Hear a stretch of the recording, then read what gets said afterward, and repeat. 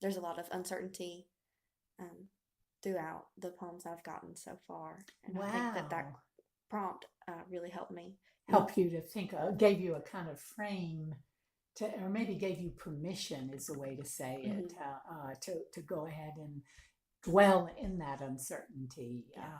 Yeah, Emily Dickinson, a line from her, I dwell in possibility. Well, but that's an uncertainty too. So that's really cool. So you mean in addition to the writing that you did in the workshop, you're letting some of that thinking come into your other poems. Yeah. And now is your honors thesis different from the work for this class? Is that a second? Yes. Okay, so Um, you'll be having one manuscript for this class mhm. and then another collection. Mhm. Wow, you're doing a lot of It's a busy, poems. busy. But in some ways, I think it's really good. I mean, there's no accident that I wrote so. I mean, when I was at Michigan, I was sitting in on a poetry class, but it was my first experience in a long time to be able to give myself over to poetry. And I had really discovered that poetry was what I wanted to write. And the class was challenging a lot of ways I had been approaching poetry, but I had to bring a poem in every week. Yep. So, of course, I wrote more than one because you never knew what you really wanted to take in and Yeah. subject to the feedback of people. But it was really, I just think you can generate a lot of work. So, I think you're smart to have chosen these commitments. Because I think they feed on each other too. A lot of the poems in that chapbook came out of that year, which was my first year on sabbatical, where I could really do writing. I didn't know that I wanted to write poetry. It wasn't part of my official project, but it turned out to be what I really wanted to do. And it was a sea change, and that was 2003, 2004, because even though I didn't pull this manuscript together until later. Mhm. I was writing a lot of poems, and some of the poems were published in other places, but that wasn't what I was mainly caring about. It was Mhm. more building my work and extending myself as a poet. So do you So, set like hard deadlines for yourself, or are you like involved in so many things? I know you teach workshops at the library, mhm. and conferences and things like that, and the retreats that you lead.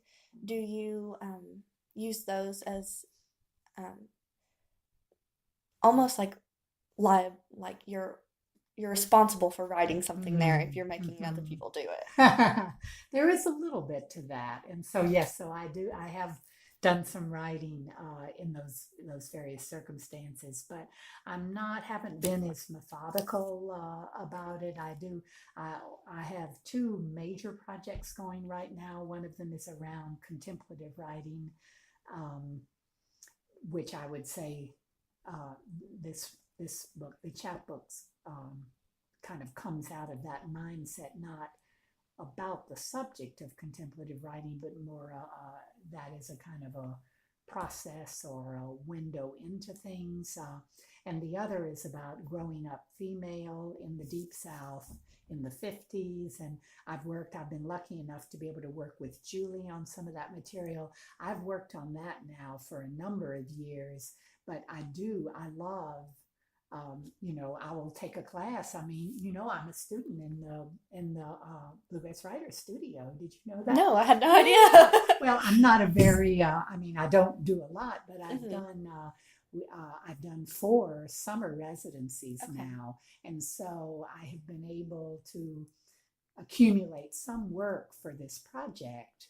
The last one I did was summer before this last, the first one that was here at EKU, and I really worked up for my both my poetry and my nonfiction workshops. I brought in material for that project, so Mhm. I'm making some progress. But there's yeah, I do. It's not something that I approach single-mindedly, but I do.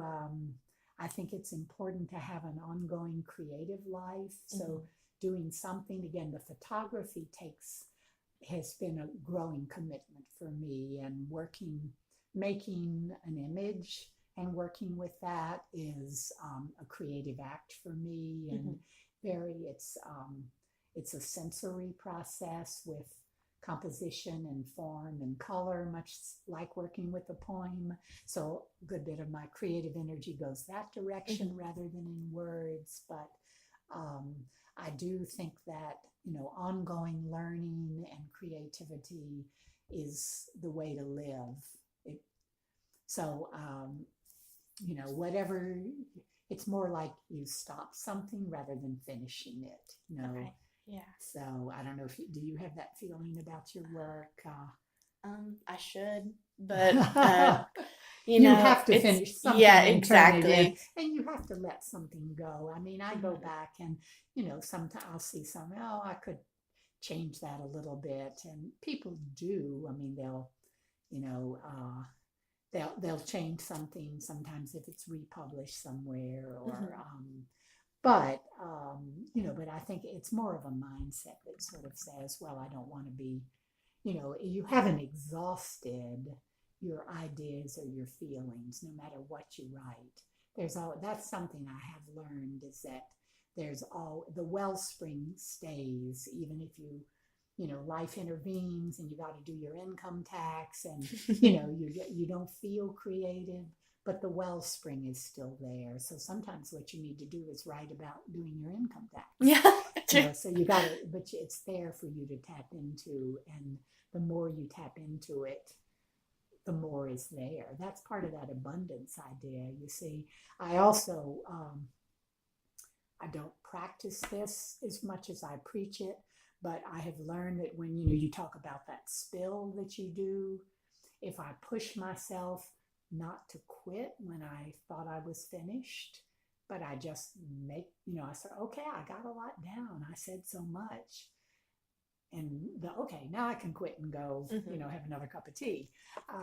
But if instead I say, no, go, keep writing when I think I'm finished, often that's when the best stuff comes to me.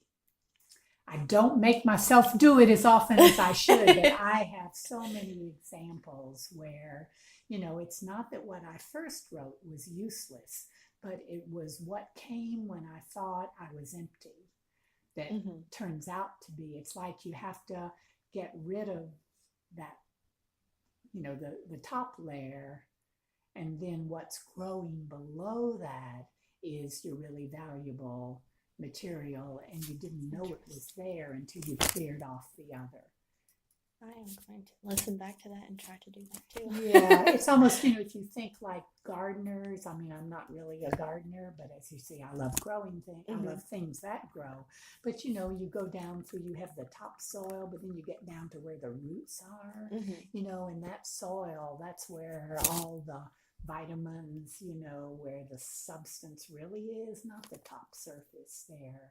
So you kind of have to, the Buddhists call it monkey mind. I mean, the sort of chatter, the Yeah. superficial that's there. Hmm. But it's not always superficial. I mean, sometimes what comes in that first burst is good material. It's not that you just have to throw it out with the garbage and the good stuff was there, but it's that what was below the surface is going to be especially surprising, and you won't ever know about it if you let yourself go back to reality and go off and wash the Then dishes. you have to start back at the You have top to soil. start back at the Yeah. top again. Yeah. Yeah, and yet it's so tempting to get up and leave. Yeah. I've done my homework. I've started the draft at this point, but yeah, it's more, you don't really know what it is that matters until you've kept yourself at the table and you know seen what you can come up with.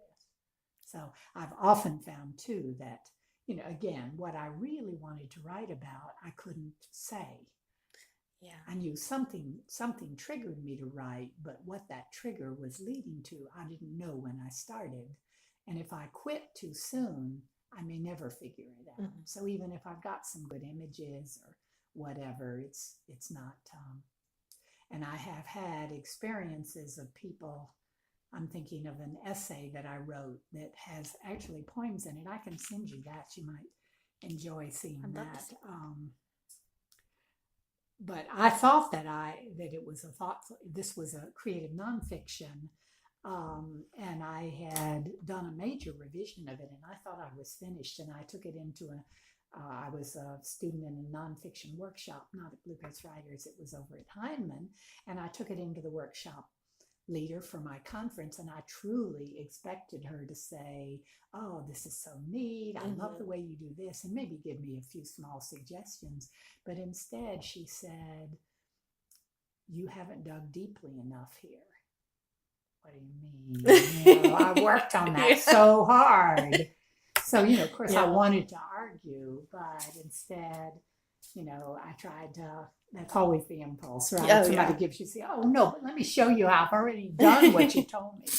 I don't want to have to work on it anymore." But I thought, what could she mean? And then I realized, it came to me what I had been skirting around. It had been there in a sentence or two, but I hadn't mined that. And it turned out that I had written where that deep material had been in poems, but I'd never thought about going to the poems and including them with this essay, and then that was what got published, was the essay, but with 6 or 8 poems that were part of it. It was around the death of my father, and I knew that had been the essays about running, why I took up running at age 53, and it was largely a grief response to my father's death, and I knew that. But what this writer was telling me was that she didn't feel that in the essay. It wasn't a central part of the essay, and when I tried to think of how I could get it there, I realized that I actually did have places where it had gotten. It was about, I had written poems specifically that involved, where the running came in as part of the grief process. In fact, one of them was a balance of 5, right? Yeah, and well, that one not so much so. That was about. But there's one in here that's Alone One Summer. You see, there's a reference in the end to running there, and that was one of the grief poems that I had written.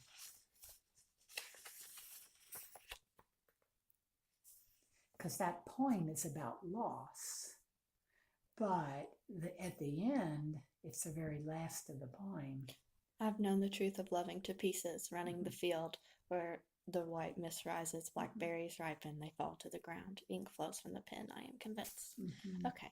So, but it was that running image that, to me, that's the turn in the poem, which is still it still recognizes loss, but there's also a power in, to me, the image of running the field where the white mist rises, that is an image of peace, connection, a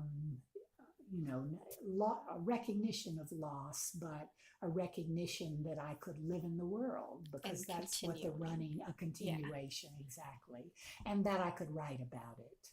Ink flows from the pen. I can be there to it.